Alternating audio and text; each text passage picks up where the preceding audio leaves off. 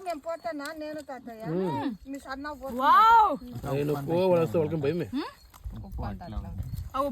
ఎక్కువద్దు కావాల్సింది మాత్రం అద్దుకుని తినండి టమాటాను కొట్టేసి సూపర్గా ఉందండి రో